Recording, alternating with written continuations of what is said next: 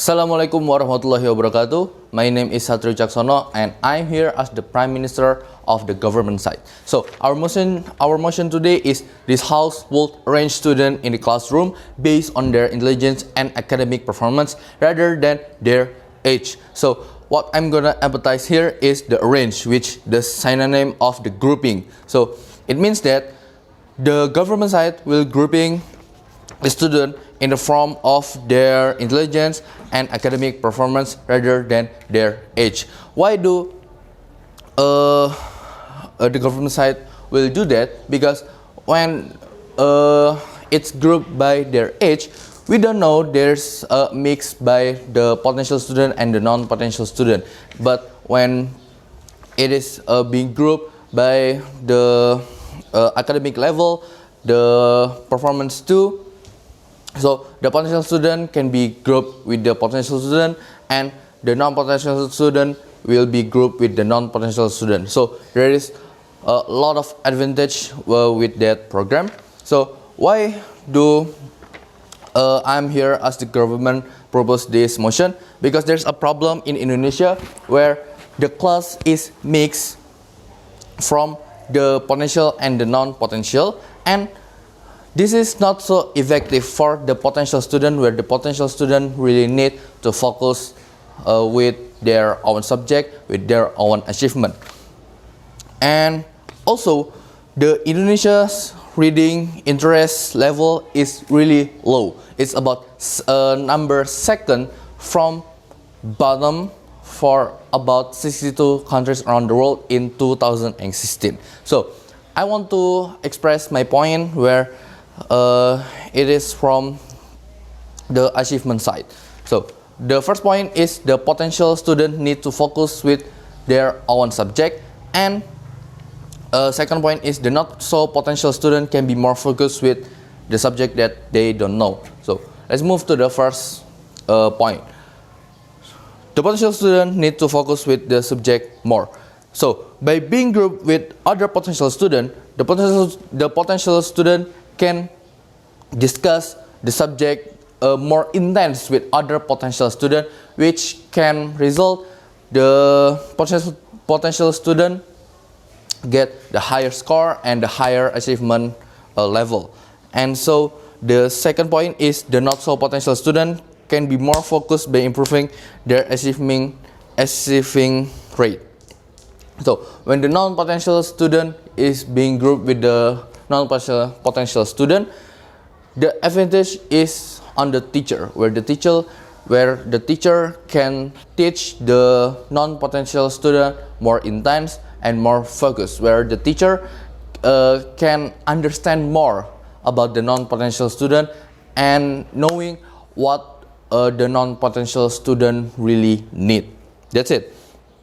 And also, I'm going to give you some of the example from around the world. For the first example from Indonesia, there's a middle school I know in Bali where they made a specific test for students that interesting to get into the superior class. So the test is contain some kind of subject, a lot of subject, and the student who really get interest to the superior class need to finish the test in the specific time. And when they do it really good, they will get accepted in the superior class where a lot of smart people being there. And also in 2013 in India, for clearly is in Woodman Park Elementary School, there's that was the school that using a grouping system where the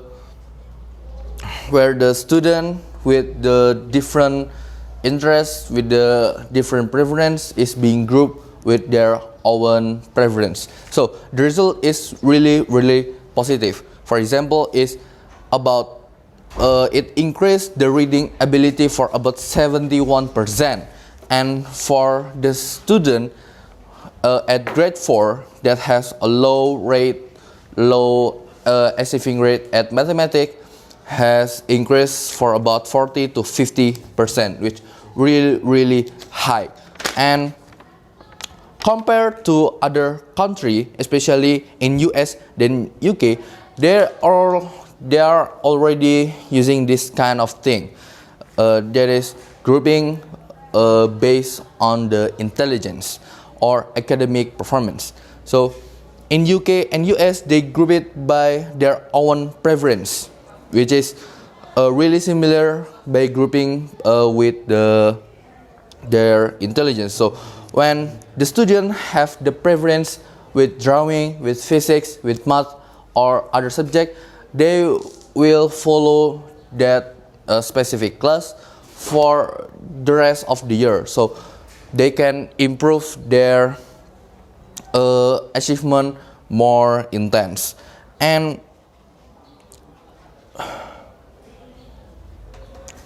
I'm here as the government side. I want to apply it to the I want to apply it based on the academic performance and intelligence. Why? Because we are here in Indonesia is not really ready to group it in the preference group.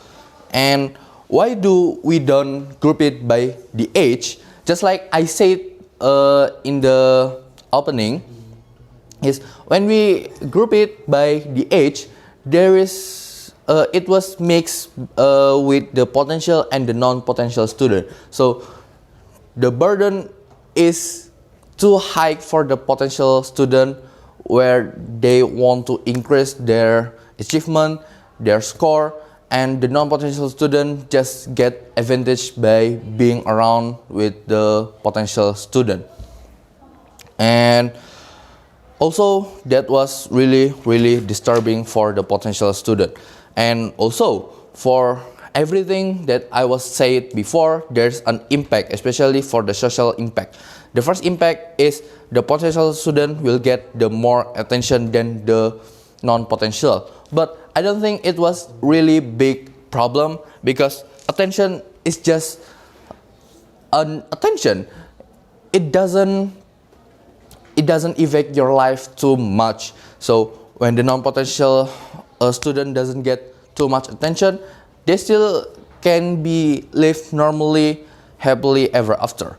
And maybe the both potential and non-potential student may have some kind of social problem, where their friends may be just potential or the non-potential student. But it is back to the preference of the student, where they can choose their own friends, and also they can choose how they want to live. And so the point that I want to tell to you is, we are here as the government is really approve this motion, because the student can increase their achievement rate more specific, and also student can